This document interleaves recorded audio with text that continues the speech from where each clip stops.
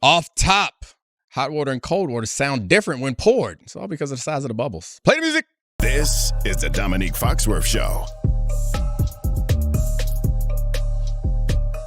Welcome to the Domonique Foxworth Show. I'm joined, as usual, by my good friend and co-host, Charlie the Vanilla Snack Kravitz. What's up, Charlie? Spirits are high today. Yeah, it's a good day. I'm feeling good about basketball, about sports. We got a few sunny days in a row. Had some good children's athletics over the weekend. There's nothing that can make me sad right now. You made me even happier by telling me that Minnesota's Board of Tourism bought BringYour.com after Anthony Edwards said to Chuck, bring your to Minnesota. So I'm feeling good. It's lots of laughs, lots of fun, lots of good things. Everyone's hopes are high except for people in Denver right now who are probably pretty disappointed. Anthony Edwards, American hero. Oh, real American hero. Oh, I yeah. love Anthony Edwards. He's going up against Luka. It feels like Rocky IV all over again. I would do anything to be able to root for a team that had Anthony Edwards on it. We'll never have something like that in DC. We can have nice things. I'm trying to think of the it's like hockey. You guys had Ovechkin, but that's like, come on. Yeah, baseball won a championship, but Strasburg was really good or something, right? We had they had Harper and Soto. They got rid of both of them. Harper, that's rough. Never had the basketball. You got Jordan. Remember that time when you had Michael Jordan? Yeah, I was at a game where he scored 50 points. It was awesome. Sounds cool. Okay, let's talk about some of the current playoffs. We'll get to the Denver stuff. We're definitely going to do exit interviews on Denver, Oklahoma City, and the Knicks, but let's start with the conference finals. We should break this down by teams, but the overarching theme, I think in a lot of fans' heads, is that we're going to get a Wolves-Celtics finals. Or how confident are you that that's going to be the case? I think we all bought into it. It's funny, I think in part because we are all trying to say the new thing, like to say the right thing about a series, about a player, is that we get to hyperbole really fast. Mm-hmm. And we did say, I think we're all guilty of saying, like, the winner of the Wolves and the Nuggets series is going to be the NBA champion. Mm-hmm. And I think we believed it. And now when we sit down and look at the rest of the teams that are remaining, obviously on the East, we'll get to the Celtics, but that's a real hurdle. But I'm not sure that this Mavs team is not going to be a much bigger challenge than we originally anticipated, particularly because the defense is the calling card of the Wolves. That's kind of the thing that we look to them. We're like, this is a very defensive, it's the 0-1 Ravens, if we're going to make a football analogy, which I guess their offense isn't quite that bad. But the fact of the matter is, in tough times, their offense has not stood up. Yeah. They haven't been all that impressive. It's Anthony Edwards doing ridiculous things. And in the Game 7, it was Cat. Big Purr. Stop calling that man Big Purr. He said clearly that he doesn't want to be called Big Purr. Big Purr played a great Game 7. You got to give it to him. I feel like we have to go behind the scenes a little bit. Before Game 7, I was singing the praises of Karl Anthony Towns to Charlie over text. Just to annoy me. It wasn't to annoy you. It was legitimate. I said that his defense against Jokic was legitimately important to them, allowing Gobert to protect the rim. These were all things that I stolen from other podcasts that I also sincerely believe. Let's go slightly further behind the curtain. Okay. Domonique Foxworth is a contrarian. I told Domonique Foxworth early in the playoffs that I found Karl Anthony Towns incredibly annoying. Yeah. So he became my guy. He became Dominique's guy. He was balling. So there was any morsel. And then I started getting chirped by everyone every good game Cat had. And Cat was awesome. He was incredible in the Game 7. Like, yeah, he got the 5th foul and Naz Reid closed it out. They did take it up to a 10-point lead as soon as Towns got his 5th foul. So take from that what you will. And Towns did try to inbound the ball to no one. Yes. and start a miraculous comeback for the Nuggets at the end of the game. Yeah, but he struggled. No, he was fantastic in that game because the criticism of Towns not him being like having 7 different voices and occasionally being weird, is that he was sort of a finesse big man and you forgot that he was this powerful 7-foot guy who could barrel to the rim and do all these exciting things. And he did all of that. He was a physical mismatch in that series. But to push forward, I guess we'll start with Wolves Nuggets and then we can, Wolves Mavs. Wolves Mavericks, and we can go to Celtics Pacers on the back end of this conversation. But I think one of the things that's interesting about this series is I think there are a lot of things that can be true. The first one, I don't think it was hyperbole to think that the Nuggets versus the Wolves, the winner of that series was the best team in the NBA. Those are the best two teams. What I do think was hyperbole from that is that means they're definitely going to win the title because they're matchup dependent and these things aren't as complete as prior champions that we got used to with LeBron teams or Warriors teams. And I think in this series, what's interesting is I think it's a trap to think that this is just Edwards versus Doncic. Like both of these teams run because of their stars, but flourish because of their role players. We saw Jaden McDaniels have out-of-body experiences in shooting games and be an excellent defensive player. We've seen spurts from the Mavericks where that was a soft finesse team for a while, and you add Kyrie Irving, and you're like, okay, this is going to be an offensive fit. How good can this team be? It's like, no. The P.J. Washington trade, he was on one of the worst defenses ever in Charlotte for most of his career, didn't play any defense. Derrick Jones Jr. was not a cast-off, but not someone retained from Heat culture who's been excellent. They defend with Josh Green. They've gotten Luka trying his off on defense. Derek Lively, effective too. Derek Lively and Gafford. Those guys have been excellent rim protectors. I think if both of these guys have strong defenses, the scary part for me is looking at the way, and you made the point, and I think it's truer now than it's ever been, that we've always used to think the best team in the NBA is going to win the championship. And it's been pretty true for most of NBA history. But there is some matchup dependence, and maybe it's also because of the increase in three-point shots. I hate that we use that. It's kind of become like the blame social media for any basketball conversation. That's how we would do for anything that's going wrong in society. Like, it's social media's fault. Anything wrong in NBA, we're like, it's the three-point variance that ruins it all. You are Bob Ryan. I'm you not. You are Bob Ryan. I'm not. I'm pointing out that is something that others say. Mr. Three Goggles, you're one step away from saying Steph Curry ruined the NBA. No, I'm not saying that. Tom Ryan. I'm just asking if that's part of the equation. But the overall point that I'm trying to make is that He's just ignoring it. The matchups matter a lot more than they ever did in the past, and just a kind of static ranking of this is the best team means they can beat everybody is not particularly true. It's not definitely true. While I think that you're probably right, the Wolves are a better team than the Mavs. I do think that there are some matchup issues because of the way the Wolves play that we could get in a situation where we have a tight score, late game situations. And that is not where the Wolves have thrived. That is not where their offense is the best. And the Mavericks have one or two players that are great in those situations. It does not matter if you double them. It doesn't matter what you do defensively, which it does matter, it seems like, to what you do to Anthony Edwards. Although he's mature beyond his years as far as basketball is concerned, he still seemed incredibly uncomfortable when they sent those doubles at him, and they didn't have great answers for that throughout the course of the series. So we get to a late game situation. Give me Luka, give me Kyrie if it's tight. I mean, you're just yearning for the days when Bob Cousy had the best team and was guaranteed an NBA championship. I'm definitely not rooting for those days. You talking about the 50s? I'm good on the 50s. We'll get the American flag out at some point. So there's a lot of stuff in there that I think is interesting because when we talk about matchups with these teams, the Denver one, they had a really interesting game plan where they actually went the exact opposite of the way that the Heat guarded Jokic. After game 5, they're like, actually, we just want the ball out of your hands. We don't want you to score every time. And they're banking on the fact that being incredibly physical with Jamal Murray was going to work. And it did in spurts. It obviously did in the first half of game 7, but he sort of ran out of steam. And Porter Jr., which we'll get to, had a really, really, really rough final 3 games of the series, averaged 7 points a game over that stretch. Gordon had 4 points and 4 rebounds in a 42-minute game 7. They forced the ball into their stars' hands. What's interesting is I think maybe after Jokic, and this is even above Edwards, if you're just talking about 2 guys who, regardless of defense, can create a good shot on every possession for themselves, you actually might take Luka and Kyrie first and second on that, or really second and third after Jokic on that list. And those guys are matchup problems because you're going to look at probably McDaniels on Luka and Edwards on Kyrie, and those are amazing defenders. But Kyrie has traditionally not been bothered by size, and McDaniels is a slighter body. I think it's fair to say. And I think Luka is not. Luka's a left tackle with great feet.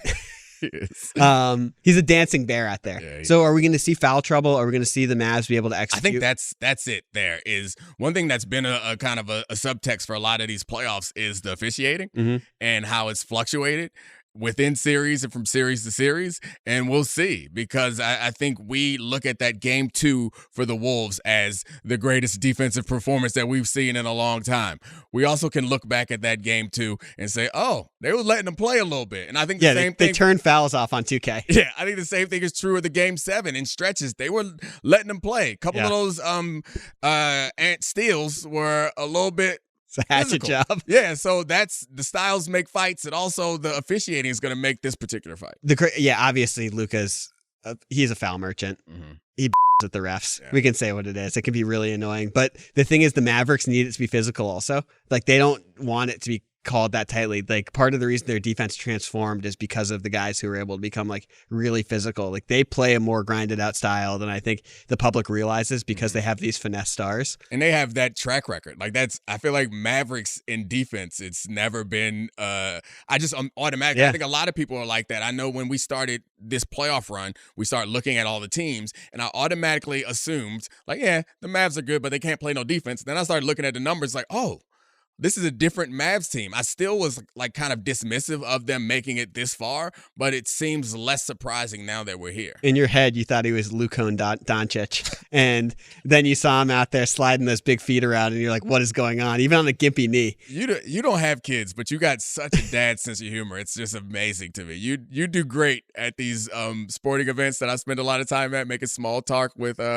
other old men. They would love your little bits, all these little bits you got. Like, hey, Luke Cone. You pull out some finger guns. It's the best. Pew, pew, pew, pew, pew. Explosives. You know what's funny about that?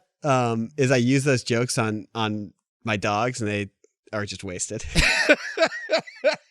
So if you were Dave Chappelle, the dogs would not appreciate it. What do you think? They understand? I mean, who else am I supposed to talk to? Anyway, what were we talking about? Luke Cone. Okay, yeah. I think another interesting thing about Luka's ability, and I don't know, maybe it's the crutches, but the coaching for the Wolves, as much as we want to celebrate the success they had, and they deserve the celebration. It's a good pun. It's a good Chris Finch pun. The crutches. Yeah, as much as we want to celebrate them, I think maybe the crutches are what's taking his mind away from focusing on figuring out answers. But they won that game, but at no point in this series did I see them develop answers. And maybe it's because of Anthony Edwards' ability, or you're talking about answers to the double team. Yeah. Like, that's all that I kept seeing, and their offense never like adjusted. And the answer to that, I feel like, and correct me if I'm wrong, one of the answers is to play out of the post. And Luka's comfortable playing out of the post if they double. Like, they can't double Luka. I don't think so. They can't do a heavy diet of it. Like, that can't be the game plan, the same way that seemed like the full game plan for the Nuggets against the Wolves. Like, look, we're just going to get it out of Ant's hands. You can't do that to Luka because Kyrie exists. But the weird thing is, and I make a lot of football analogies because it makes a lot more sense to me, but I think about football from an offensive perspective is you want to get so good at one thing that it requires the defense to compensate. Once they done that, then we won. We got you spinning. And that seems the same thing. I would imagine that if I'm an offensive coach, or if I'm just an NBA coach, if I can get you into a double team, you're dead. Yeah. You've compromised yourself. You've committed 9 people to the box to stop the run. We going over the top. And it just seems to me that it should be some more obvious answers to something that they saw for 4 games in a row, and they never developed any sort of offensive action that compromised that put the defense in trouble after compromising themselves. I mean, the answer is just to make more shots, which is like it's incredibly stupid. Like, it's like Conley hit a running 3 off an Edwards double and a dribble handoff in Game 7. McDaniels hit his corner 3s, but I mean, that's the same for the Mavericks, where it's like, if you're getting doubled at this level, you need to have people who you can tilt the floor and have make open shots. Like, Porter Jr. made those open shots in round 1 and didn't in round 2. PJ Washington shot 50% from 3 against Oklahoma City when Luka and Kyrie faced a third defender for the two of them constantly, and he just was knocked down. Right. And that's why it's like, a lot of this can come down to the role players, which is the least sexy way to talk about this series. Yeah, but I guess what I'm saying is it did not feel like they were creating the open shots. And I'm probably doing something that's incredibly unfair because what I'm thinking about is the finals that you brought up last year, where the Heat did not originally, the only thing they did was not just put Bam on. They tried the double, and then Jokic is so good that he got them spinning and they were done. It's the same thing with LeBron. It's like, people have tried to double LeBron, and then he's such a great passer. But I guess the expectation is that a 22-year-old Anthony Edwards is not at a point right now where he could do that, which is just unfair of me. Some of the funniest things about LeBron were when were to me was always when people would try and intentionally foul him. Like, do you remember? Like, I can't remember which Morris twin was on Boston and tried to drag him down from behind, and LeBron would just make layups and like stand menacingly over him. That was the best. Double him, intentionally foul him. Can you imagine, like, I don't know, being you brought up this idea before of having Anthony Edwards as your team, like being in Minnesota right now and just looking up and like, man, I got like 10 years of wonderful basketball in front of me. Well, I guess the same thing didn't work for LeBron. You got 8, then he left, and he came back. I mean, yeah, if you had, drafted better than Luke Jackson and J.J. Hickson, you could have had a quarter century of Bron. Yeah, and tried to answer with guys like Shaq. Aging Shaq. So you know what? We're going to get you to the finals. We're going to put Shaq on your roster. The first 7 years of LeBron's career, it's a felony what they did to those rosters. It goes back to one of my favorite points. The NBA should put their finger on the scale sometimes. Sometimes you got to make some decisions. Protect the greatness. David Stern should have just like forced when he was owning the Pelicans, should have just traded Chris Paul to the. Yeah, they do that, I guess. Never. Yeah, I mean, seriously. So I think we're both feeling like the betting odds say it's a 60% chance for the Wolves to win this series. That's crazy to me. That seems, or not crazy, that seems high. Interesting. I was going to say, I thought that seems about right. That's like projecting a six game series at least. 6 or 7, it becomes closer to a toss up. I do think the Wolves are a more complete team and are better. And I think we're going to really see the limits of Kyrie's finesse finishing in the paint when there are 2 7-footers and he's facing a ton of length. I want that'd be an interesting stat to look up is like Kyrie's the best at finishing near the basket for a player his size. I wonder what his numbers are against Gobert. Yeah. That'd be interesting to see. It's crazy. Like, it makes, now that if we're going to talk about other greats, like sometimes when I hear about Kyrie's layups, I'm like, yeah, he's sick at them. But don't forget about Jordan. He's 6'6" and did all that stuff. Yeah, whatever. 6'6" is too big. But I should share. No, I'm just saying it's too big to be as impressive as what Kyrie's doing. It's like watching a dunk contest. Everyone's out here bad-mouthing Jordan these days, comparing Anthony Edwards to Jordan. And he's out there shrugging and saying, I have a 3-point shot. I was about to share something to you. There is a TikTok account. I don't know what it is, but I'll share it with you. It's probably on all the other socials too, but they put like this very soaring, like classical music that feels like movie score music to Kyrie handling and finishing highlights in slow motion. This is moving. It's unbelievable. Oh, you see, I feel like I'm going to be brought to tears. And it's like there's no words. It's just him doing amazing things in slow motion with music that builds. And I'm like, a whole story was just told right there. Nothing is better than if it's Father Stretch My Hands and then right as the ball goes through the hoop, it's electric. Oh, we're losers. We're not losers. I'm going to go, you know what I'm going to do? I'm going to go home and talk to my dogs and watch Michael Jordan highlights because I'm cool as It's the best day ever. Oh, gosh. Did you want to move on to a different team? Yeah. Let's talk about the Pacers Celtics. Okay.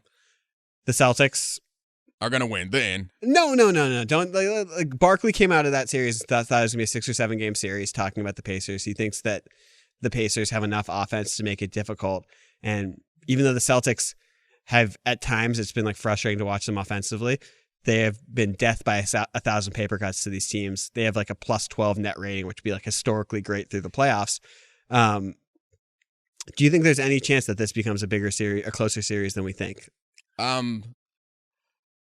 There's a Dumb and Dumber chance. So you're saying there's a chance? I mean, with the Celtics going to win game 1, they're going to have 3-point variance and lose game 2, and then they're going to go on to win 3 games in a row, and they're going to be waiting in the finals for the winner of the Wolves, likely the Wolves, and then they're going to beat the Wolves and be NBA champions, and we're all going to be like, but the Celtics aren't supposed to do that. They're supposed to choke. That's what's going to happen as long as Porzingis stays healthy, which is a big if. And let's be clear, this Pacers team played the Knicks without half of their team. Yeah, come on. And they played the Bucks without Giannis, and they weren't convincing in any of those things. Come on. But defense matters. They don't play it. Let's talk about let's Dom Ryan. Yeah, I'm getting real crotchety. You're real crotchety. Do you like the NCAA tournament? I guess it's a weird question. Sure, I like it. I mean, the single elimination stuff of it makes it fun, but yeah. The Pacers are trying that. They're just trying to bomb threes their way through this team. Yeah. And when you're saying there's a chance, that makes it the chance if they just take 50 threes a game against the Celtics team that also takes I think this is a scientific term, a ton of threes. Yeah, I think we can go throw out all the stuff that I said earlier in the show about styles mattering. They just better. Like, they aren't close enough for the styles to matter, for the style to matter. Like, you start going down the roster. You get to Nembhard real soon when you start going down to top players. You get to Nembhard around the same time you start getting to Brown, Porzingis, Derek White. These are the type of names that we're talking about there. Like, they're just better, man. So they're going to lose a guy off. That's what you're saying. Absolutely. They absolutely will lose a guy off. This team is very, very good. And no one, beginning of the season, I wonder what the odds were or who picked of experts. Forget the odds, because the odds take into a number of different factors, and the Pacers aren't a very public team. So I get it. So forget the odds. But are any experts saying that they were going to be here? No, they aren't good enough, guys. As they made Pascal Siakam edition. And when that happened, nobody was like, hey, now we got a contender now. The East is weak, and they got an even weaker injured East. And they're 250 to 1 to win the title in the preseason. So no one thought they would be right. Yeah, and I'm sure when they added Pascal, the odds didn't change that much either. So yeah, I mean, Halliburton isn't even completely healthy at this point. So we'll see. Yeah, I mean he's got. I like Halliburton's game. Yeah. Got a little bit of cat to him. Stop it. Little small purr in the way that Stop it. In the way that he's Stop it. Waiting for Dante DiVincenzo to turn his back to talk to him. A little bit of small purr. I noticed it. That was just him avoiding attack. You trying to turn me into a Halliburton fan, but I like Halliburton. I would love Halliburton on any team. I like him too, but you take notice of these things. If they can join the Grant Williams All-Stars. Oh, you called me, so I'm telling your secrets. You called me Bob Ryan, but you're the one that didn't like the late game bounce dunk. Can I explain why?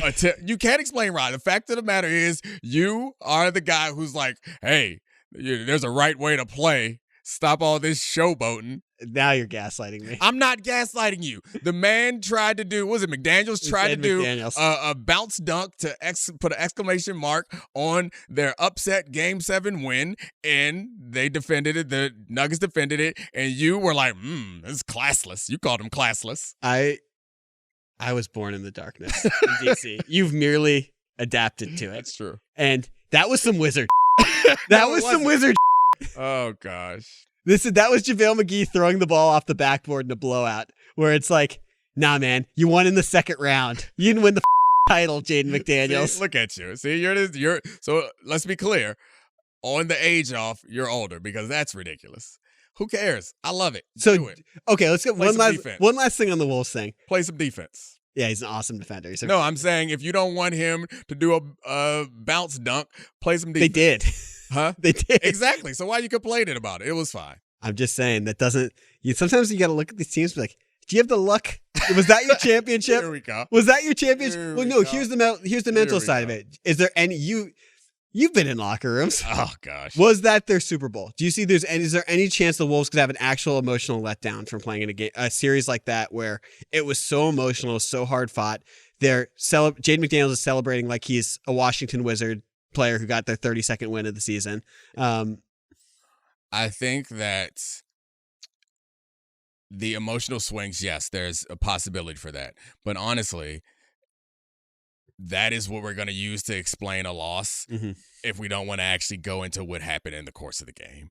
Like, I think that type of stuff, I don't think doing emotional evaluations is completely unfounded, but I think that there are so many factors that impact someone's psychology. It's really hard for us to be like, hey, you lost game one. It's because you had a letdown because that last game was your Super Bowl. That feels like narrative to me that may or may not be true, but like, you think they're not going to try? Like, it's like that's the same as when people say like bulletin board material in the NFL. Like, come on, we doing our best. You don't think people ever like take even if it's not that, if it's not trying, you don't think people ever take their foot off the gas or just less focused? Oh yeah, I think that it's human nature for things like that to happen. But I also think that if you're going to make a pie of how much it impacts the outcome of the game, how many threes they make is more important. The opponent they're playing is more important. How the refs officiate the game is more important. So at the end of the day, if the Wolves lose game one,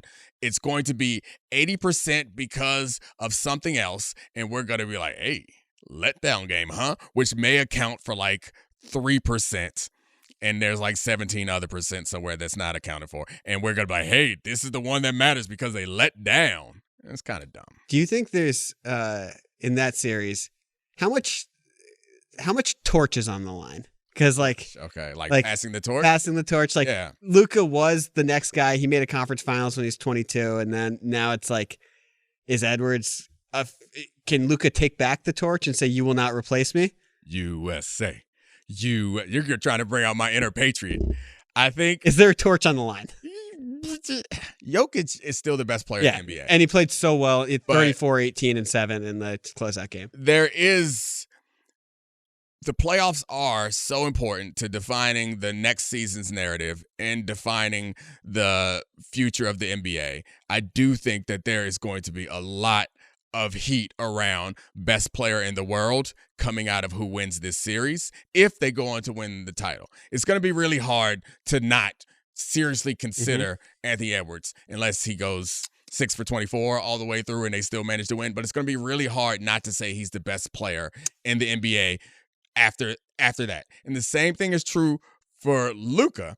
It's going to be really, because Luka is actually probably better, I guess, if you account for Anthony's defensive prowess. But I mean, Luka's probably actually better than Anthony Edwards. So it was much better than him all season. If we're looking at who's actually the better player, I think Luka's better. And if they win the series, it's going to be because he's great. They go on to win the finals, it's going to be because he's great. And then all the offseason is going to be, how come Luka's never won an MVP? He's been the best. We're going to go look at all his previous seasons. Like, we've been coming up short on the respect for Luka. And then he's going to be the guy. And the same thing's going to be true for Anthony. So I think a lot of people, I think that's most at stake for Edwards. Yeah. I think if Edwards wins it, people are going to rush to crown him as the best player in the world. USA. Yeah.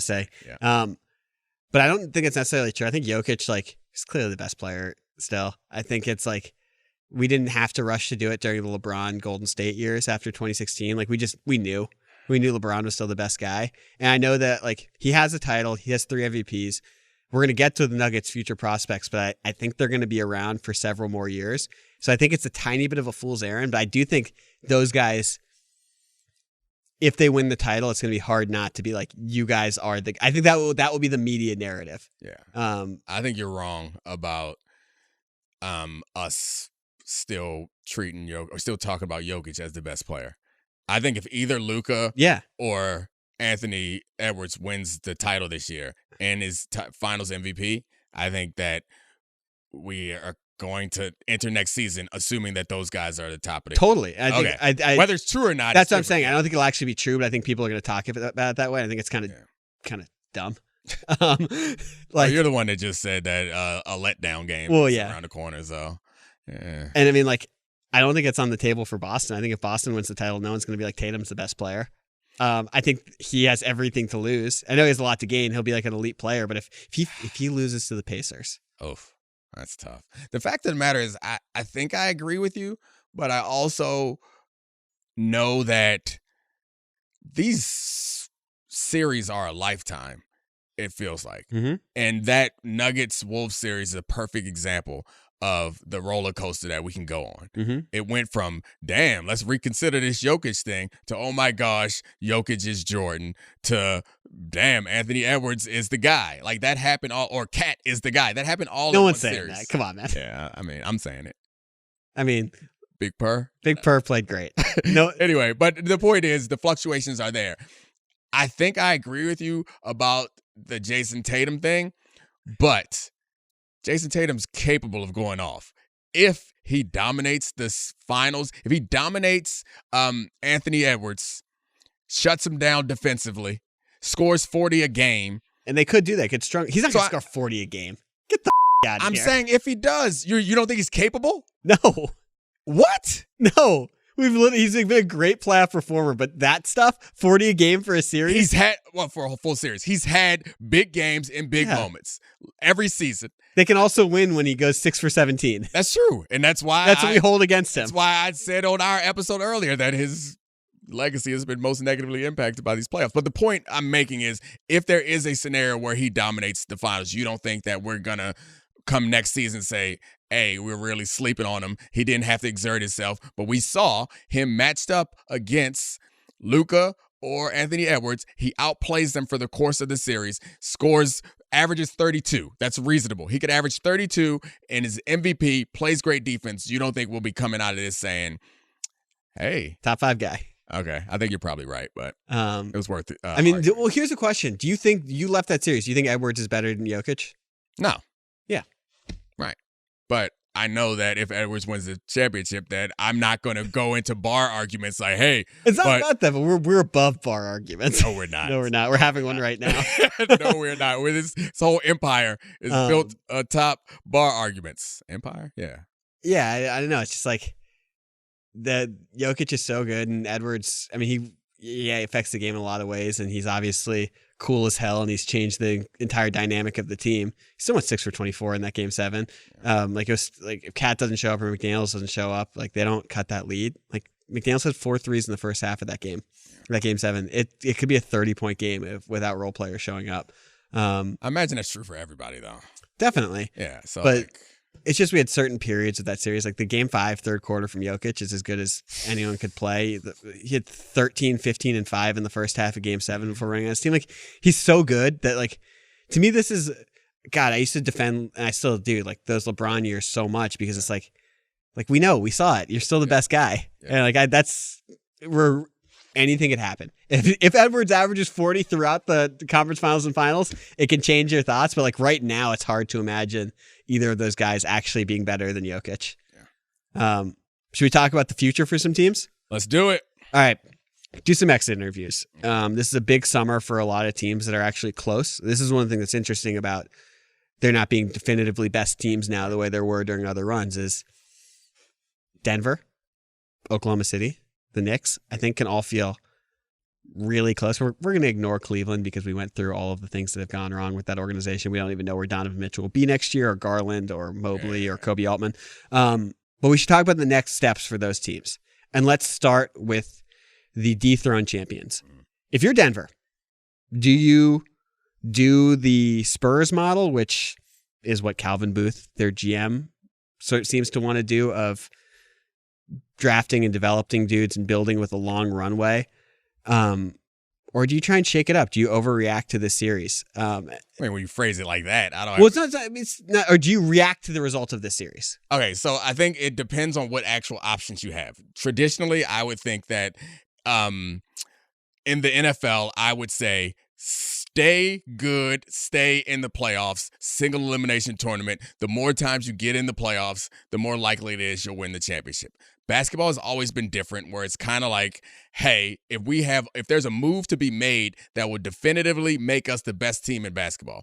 And I think the Raptors is the best example of that. If there's a move to be made like that, then of course you make that move, because you know that if you think about, this is the Raptors getting Kawhi Leonard for DeMar DeRozan and a first-round pick. Right. So if you think about all your like championship assets, is kind of how I think about it. Do you diversify your championship assets? Meaning, extend the window over 5 to 10 years by not making a big splash, but trying to make moves around the edges because you have your centerpiece? Or do you condense all your assets and essentially put them into like, look, we're going to make this team awesome for 2 or 3 years, and then it's all going to fall apart because we can't pay everybody?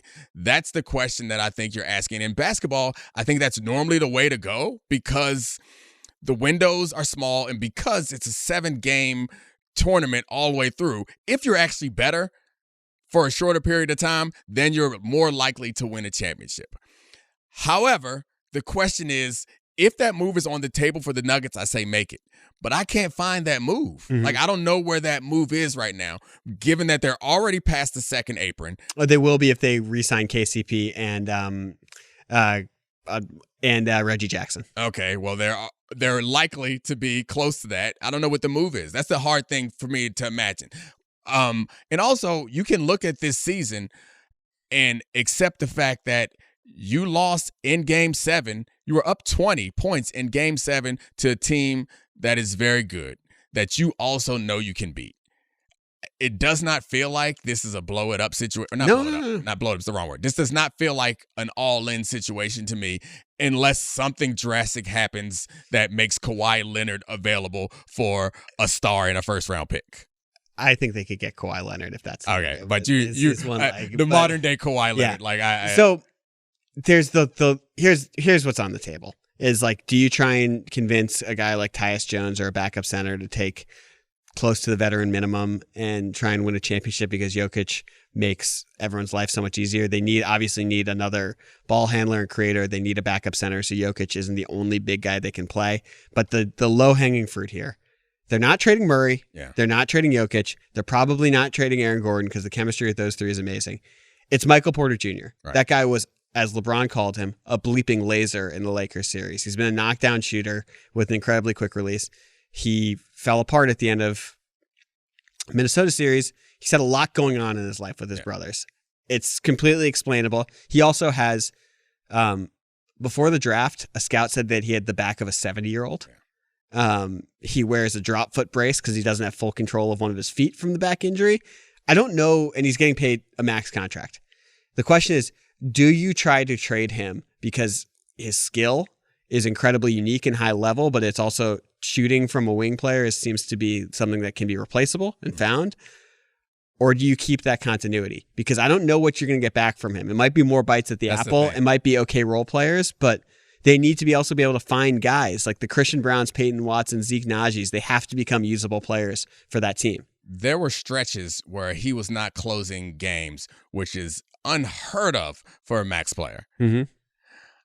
I would love, if I was Calvin Booth, the general manager, I would love to be able to move him for quality.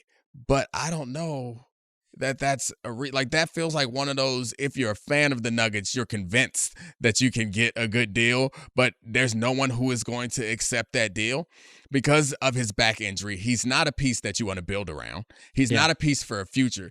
He's the perfect piece for a team like the Nuggets, a team that's at the doorstep. That's what I mean, a team that's at the doorstep and is willing to take a chance on someone that they think could be a ceiling raiser, but also is not guaranteed. Like you're looking for other teams like that who are not going to trade with you. I don't see anybody wanting to take on Michael Porter Jr.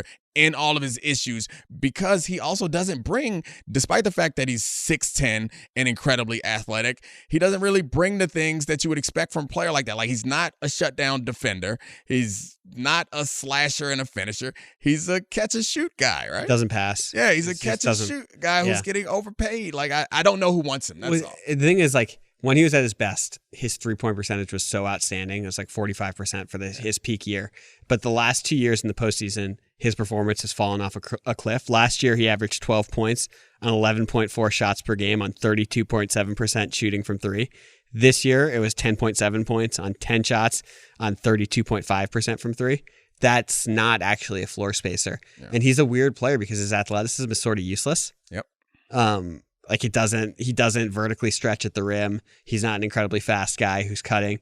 Like, it'd be great if he was also a rim protector. Like, it'd be awesome. And that's what he probably was before the back injuries, when he was the guy who probably would have gone first in the Luka and Ayton draft. Mm-hmm. but it just seems like injuries have robbed him of that explosiveness. The big thing is like if you draft these guys, like Christian Brown was a guy who was able to close.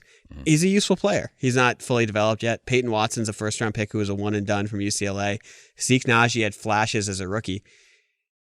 Malone didn't play those guys, and you might need to develop them, even if it sacrifices seeding a little bit. Of course, seeding turned out to define this playoff run for the Nuggets, but still, like, they just had such a limited bench when they lost Bruce Brown and Jeff Green that it's really hard to go into next year and not be like, we need to figure out what we have. Even if it's not an offseason move, even if it's a trade deadline thing, you need to find out what you have. The Mavericks found PJ Washington at the deadline and it helped their team. Like, that's something the Nuggets need to explore if they don't have the roster going into next year. I mean, I think the question is, can you move him for something and would it be worth it? If you could move him for 3 Christian Brown type of players or something like that, then I would consider it. Just call the Wizards. What do you want? Jordan Poole? Like, no, thank you. Kuzma and Avdia.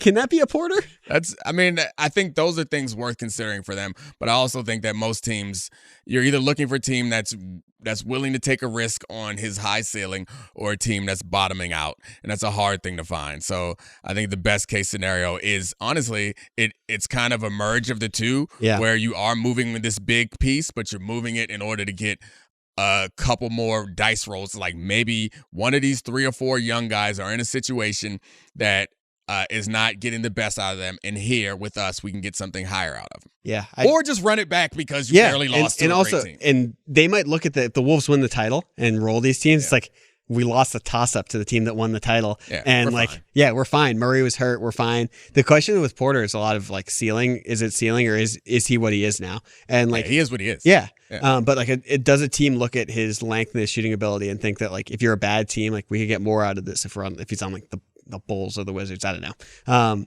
No, I don't think so. I don't think so either. But it's worth the exploration of the thought process about it. I mean, doesn't Tim Connolly, who is now the president and GM of the Wolves, get credit for building the Nuggets? Definitely. So didn't make the Jokic pick, but he's, Yeah. So he did put together the pieces around him.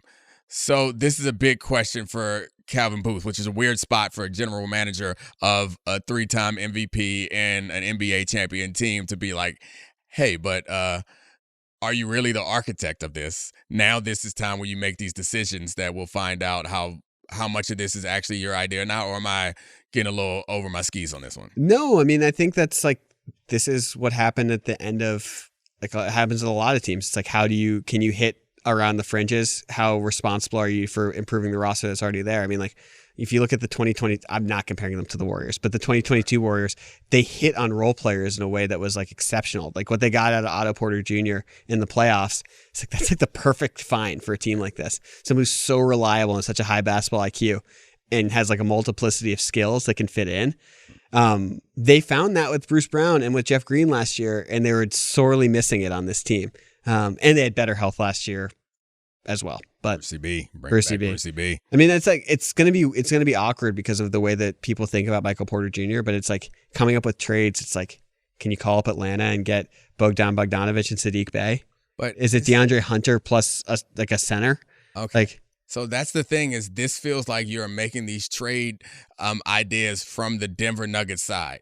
If I'm in Atlanta, what am I going to do with this guy who culturally doesn't really fit in the city of Atlanta, is kind of unusual and kind of odd and has a back issue? Like, I'm trying to build something, right? That does not seem like a piece that I want to bring in I'm trying to build something. That's the thing. Like, is there anybody in Atlanta that's excited about that move? Getting rid of some useful players for a player that, like, has a back issue and no one really sees as a true star who is going to be on a max deal? The question is just like, have you seen flashes where you think he could do more if he's not a fourth option?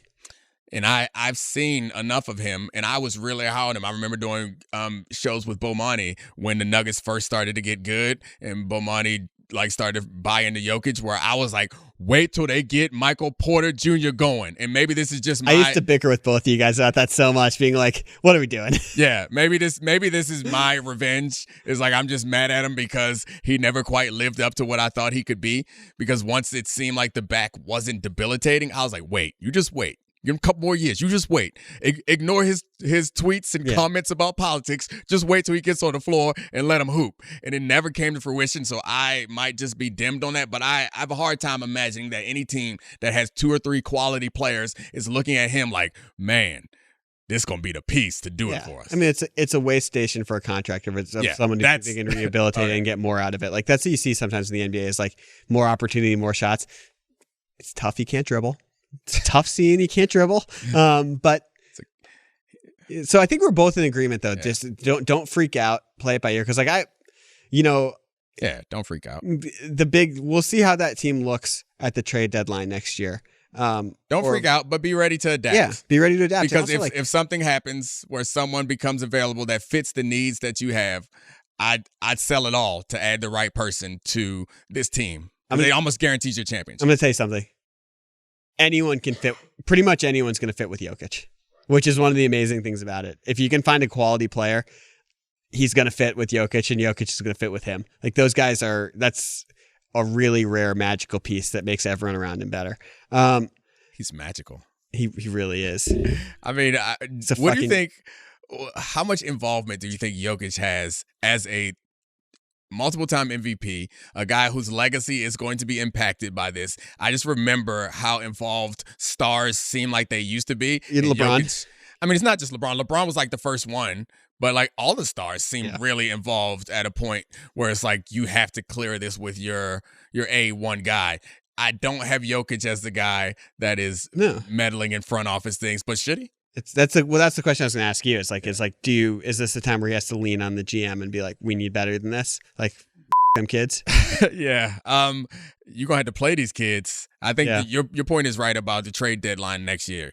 Is like they need to use the first half of next season to figure out which one of these kids we can keep and which ones we can't. And then at the trade deadline, they got to make some decisions that these kids are good enough to play in the conference championship.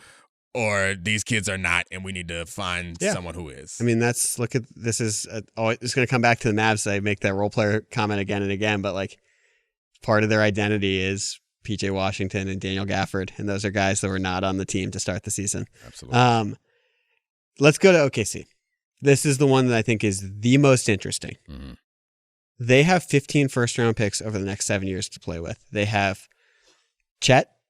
They have Jalen Williams. Those are secondary stars, potential secondary stars, maybe not secondary stars yet. They have a superstar in Shai Gilgeous-Alexander.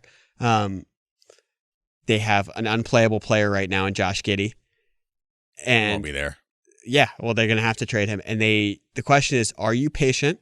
Do you look at this as a long-term thing where you have ammunition to make small moves around the side of these guys and you continue to develop because you draft really well? You draft the Case and Wallaces. You draft the Jalen Williams plurals of good players, or is this a time where you have to go all in this offseason? Because any player that comes available, whether they want it or not, Oklahoma City can make the best offer.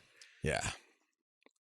See, this is the hard thing about this conversation is it depends on who the player that becomes available. But I think their general disposition should be status quo. However, they are in the quarterback on a rookie deal situation. Mm-hmm.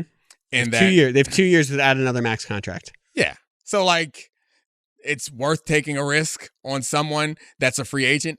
I don't know about trading the assets because trading the assets that you would have to trade in these situations might change a bit of your future. But I guess, it depends on who's available. Give me some names. Who do you think would it be worth going? Like, you think 3 or 4 first-round picks got to go out the door for? Okay. First of all, what we learned to set this up is they need another shot creator. Mm-hmm. Jalen Williams is not ready for that. He's always a low volume. Is that the new shooter? Because I feel like there was a point. That's the new second star. Yeah, there was a point in NBA history where it was like cornerbacks in NFL where every team was like, we just got to find some shooters. And then eventually it was like, hey, guys, finding shooters is hard. But now it feels like for all these teams we're talking about, they need a secondary ball handler. And it's just like a second guy. Like, even if it's not that, it's like we learned Ant and Cat can both score on their own. Yeah. Even if that's like the rest of their offense can be really constipated, those guys can score on their own. Luka and Kyrie can score on their own. Tatum, Brown, Derek White, that's more of a death by 1,000 paper cuts, strength in numbers. But these really good teams have a lot of guys who can create offense. Okay, let's go through a few of them. The first one, he sort of soft launched it by having Chet in the KD commercial. Kevin Durant. Like, we have no idea what's going to happen in Phoenix. That team is in a really tough spot where they're bereft of assets for the rest of the decade. We don't know. Ishbia is probably going to want to run it back, but KD can also make things uncomfortable if he wants to. That's the type of guy you could plug and play and try and win the title. You're going to have to give up a lot to get him, but is that the type of piece where you want to go all in for? That's a tough one. I have two more after this. Okay, all right, so I'll be quick.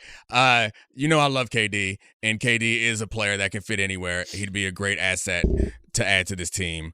If you put him in for the Giddey minutes, my God, that's like, gosh, that seems excuse me, that seems incredible. I'm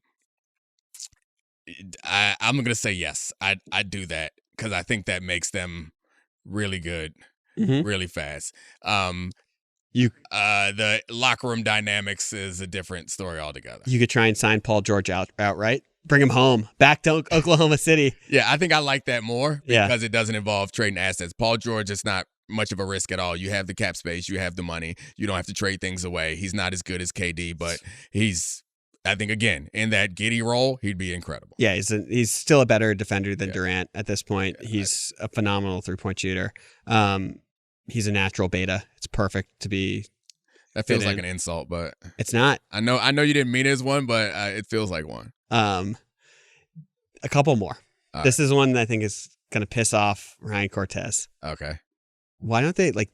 We know Sam Presti's ethos. We know he wants guys who can do a lot of things: handle the ball, pass the ball, play off the ball, play defense, cut. Things might be a little bit awkward in Miami. What if they made an overwhelming offer for Jimmy Butler? The spacing is not going to be great, but he's still, obviously, it's more space than Giddey. Well, you said that Paul George was a natural beta as if that was a positive. Jimmy ain't that. I mean, that's one you need buy-in from Jimmy that he wants to be there. 3 alphas. Yeah, I don't know if that's what you want. He's a playoff grit guy. The team lacked some playoff grit this year. They're very young. Yeah, I mean, again, it depends on the amount of assets. I wouldn't trade anything substantial for Jimmy Butler at this point. I mean, especially because of the fit. Like he's a ball dominant guy, I would see, and not a great shooter. Those other two options, I'd go Paul George before Jimmy Butler, even if you think Jimmy Butler's a better overall player than Paul George. I'd rather have Paul George in that situation than Jimmy Butler. KD also, if we're going to be trading, if we out here trading, then give me KD over Jimmy Butler. Okay, I got 3 more. Okay, all right, let's go. We can power through. It seems like this is how you stayed up late last night trying to figure out how you could be better than Sam Presti. I like this. The next one is similar, but he's someone who's younger, fits their timeline slightly more. He's been bantered about for the Knicks, who we'll get to, but Mikal Bridges. Yeah, it's a no-brainer to me. Yeah, you could probably get him for, I don't know, 4 first-round picks, however much. That's a lot of first-round picks, but that feels like a no-brainer because it's the opposite, or it's kind of a blend in that I'm setting this up as by trading things away, you're shrinking your window. I think if you get Mikal Bridges, you're not necessarily shrinking your window. Yeah, he's got another 7 years of being an elite player. And then you got some decisions to make about playing people or going into the aprons and all that stuff. All right. I got the next one. We're going to Lakerland. Okay. Sam Presti has 2,000 first-round picks. Okay. Or second-round picks. LeBron made the point 2 years ago at the Cleveland All-Star Game to compliment Sam Presti about how great he is at acquiring these picks. It seemed at the time like, hey, throw me a bone. Draft a little Bronny here, a little Bronny there. Draft Bronny, sign LeBron. Oh, gosh. He could bring a title to Oklahoma City before Durant. Because he's going to have a narrative about it. Yeah, I don't imagine that LeBron would be interested in that. That's someone you want to have the buy-in for. And LeBron, they wouldn't have to trade for LeBron, right? No, you can opt out and sign. Yeah. Oh my gosh, I'd be really concerned about having LeBron in the whole LeBron thing. I like LeBron, but he's going to be out here. I don't know. Bring him in. Forget it. How funny would it be if he did a Players Tribune my next chapter just to troll Durant? He wouldn't troll Durant. I feel like I'm saying yes to everything. No. It's going to be our next chapter, him and Bronny. I'll say no to LeBron. No to that. Okay. No LeBron and LeBron. So the last one, this one I actually believe in. I think it would take the most to get the player, but I'm operating from a place, and this will only happen if LeBron leaves LA. Do whatever it takes to go get Anthony Davis. Yeah. Like, if you can keep your core and put him and Chet out there together, and you have to go through Minnesota, you have to go through Jokic to win the title, and you can put out a defensive lineup that has Davis and Chet and SGA and Dort and Jalen Williams, you're going to have to give up something, but whatever you have to give up and whatever you can keep, you can go win the title with that team. They clearly needed another big guy. Presti clearly wants big guys who can do other things, who can handle and pass.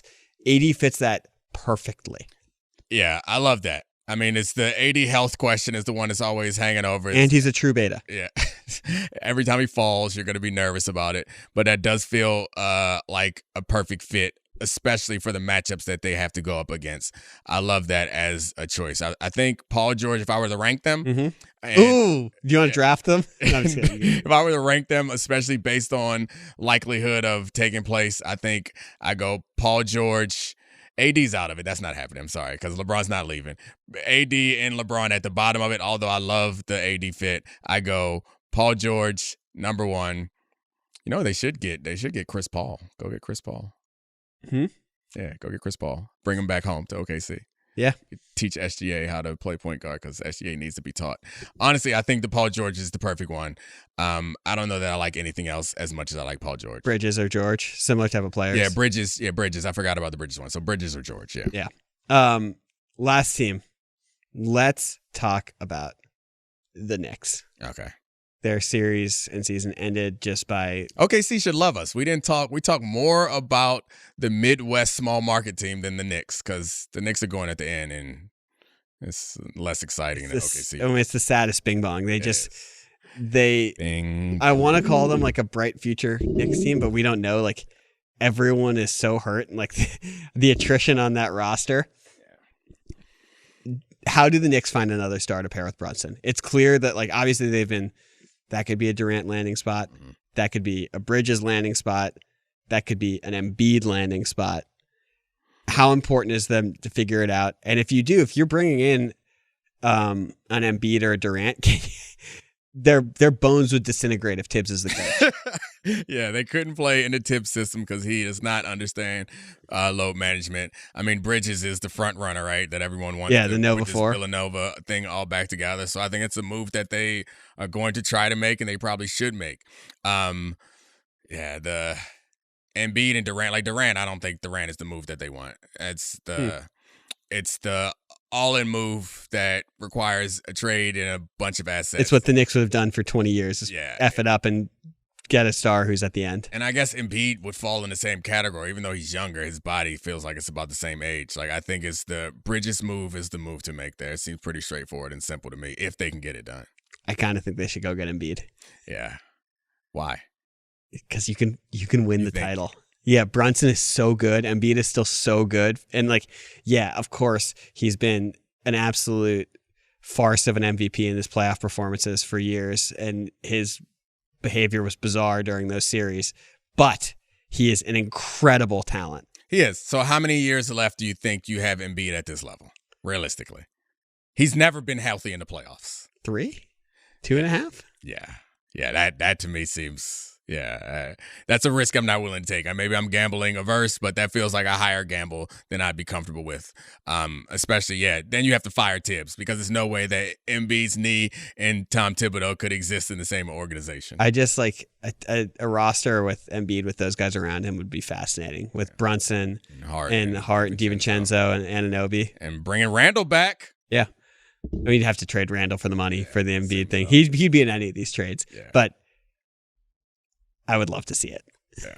OG. They bringing OG back? They got to re-sign him too, right? They got to re-sign him and Hartenstein. Well, they're not bringing Hartenstein back if they get Embiid, right? Would be even more important. Yeah. Anyway, it's not happening because that seems like too much of a risk, and it seems very much old Knicks, not new Knicks. New Knicks are more methodical in their decision making, I would think. Anyway, you had all the fun that you wanted to have. Yeah. We didn't even mention Donovan Mitchell to the Knicks, but it doesn't make sense with the little guards. Yeah, I hate that idea. They're both small guards. He's awesome, though. He is. He is awesome, but he's awesome in the same way that Brunson is awesome, and that seems like some real bad defense, is what I would say. And Brunson's more awesome. Yeah, it's definitely more awesome. Anyway, I was hesitant to do all this offseason stuff at this point because we got a lot of basketball, but you were right. It was fun. Good for you. Loved it. Awesome. We done? You want to talk some football or do football next week? I'll do football next week. Or later this week. All right, buddy. That was fun. Thank you so much. Thank you to Podville. I love you. Also, thank you to Megan Serafina, Kevin, Brian, and Tez. Great producers. Download, rate, review, 5 stars. Put some comments in there or something. That helps too, right? Yeah. Yeah. Put some notes in there. Ask me questions or something. Tell Charlie how handsome he is because that really annoys him. If you send us comments or questions, we'll probably respond to them on the show.